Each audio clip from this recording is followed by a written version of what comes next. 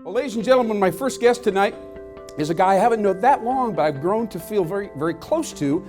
He's my kind of guy. He's a leadership coach here in town, very imaginative guy. He's attracted many, many people to him. He helps people find the leadership person inside of them. I want you to think about that. Everybody's got a person inside of them, you may have ignored it or not, who wants to lead, who wants to be dominant, who wants to have people follow him or her somewhere. This guy found that person and helps other people find that sub part of you, that person inside of you. Please welcome my new friend, Mr. Tim Stevens, right now, everybody, please. Tim Stevens. There he is. How you doing, bud? Great. Looking good. Thanks for joining us here. I feel like I'm on Johnny Carson. Well, there could be worse things, okay? You bet. But anyway, we've only met a few months back. On the Soul Porch. That's right.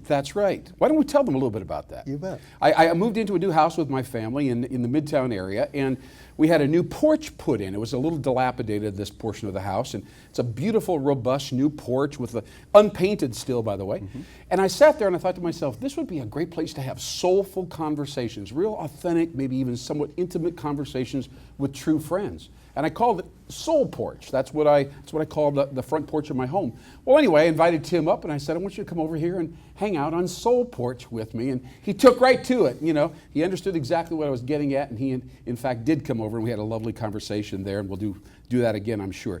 Tell us a little bit about your background. You know, you're one of the most positive people I've ever met. But somebody would have not necessarily predicted that about you. So let's take a step back here and see who you are and how did you get to this point. When I was 13 years old, my dad drove out of the end of the driveway and I never saw him again. My mom was a waitress at a truck stop, and she was raising 3 kids, and we were dirt poor. We were called white trash. We were the people from the other side of the tracks. Sure. And that kind of set off a pattern of bad behavior in my life for over 20 years, quite frankly. And I think it was just because of the anger, all of that created. Acting out. Exactly, that sort of thing. Sure.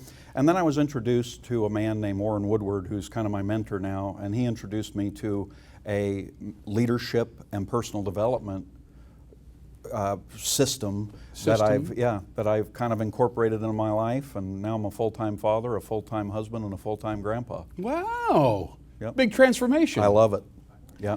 Now, what was the insight when you kind of got into this new phase and were exposed to this so-called system? Mm-hmm. What were a couple of the core realizations that you had, Tim, that you said, wow, I need to rethink my life and kind of go in this direction? What were they? Well, when I got out of college, like 85% of college graduates, I couldn't find a job in my chosen field. So a buddy of mine had a hot tub store in Kearney, Nebraska. Yeah. And he said, Tim, you need a job and I need a salesman, so why don't you come to work for me? Well, we took that store from last in the region to first in the country in sales for hot spring spas in 1 year. Wow. So I was pretty good at it. So the manufacturer plucked me out of that store, put me out on the road doing events.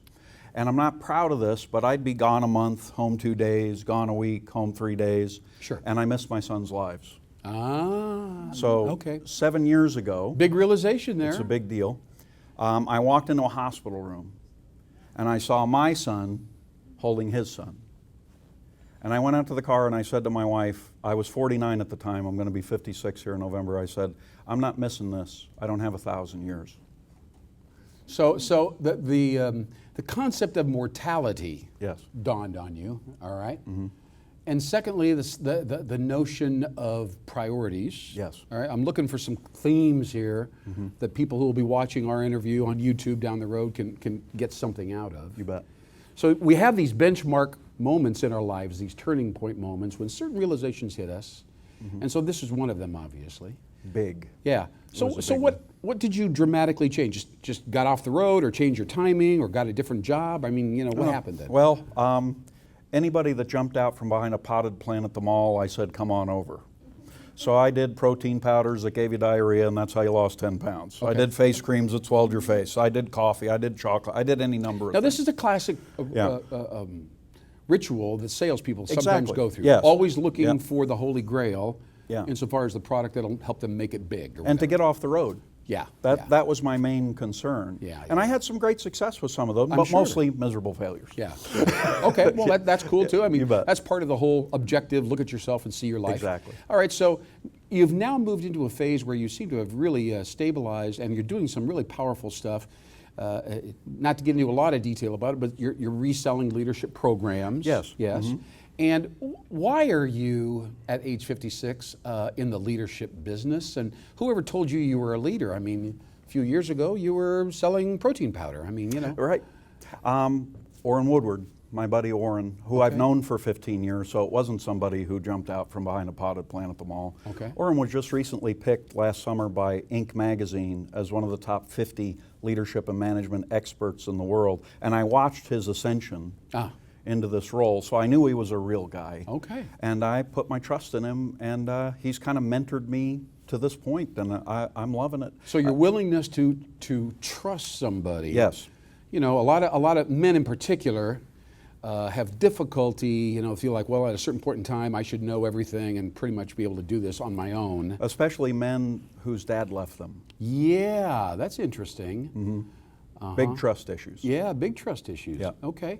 So as we kind of wrap this up, Tim, I mean, I know this story could go on and on. Sure. But what is the core realization that you've had now at this age relative to your youth? Can you tie it all together in a nice, neat bow? Do you understand why you are who you are and what you're doing right now with your life? What does it have to do with, you know, your early years, that striving or that self-esteem issue or Sure. what? I can tell you, one of my favorite quotes is by D.L. Moody. Okay.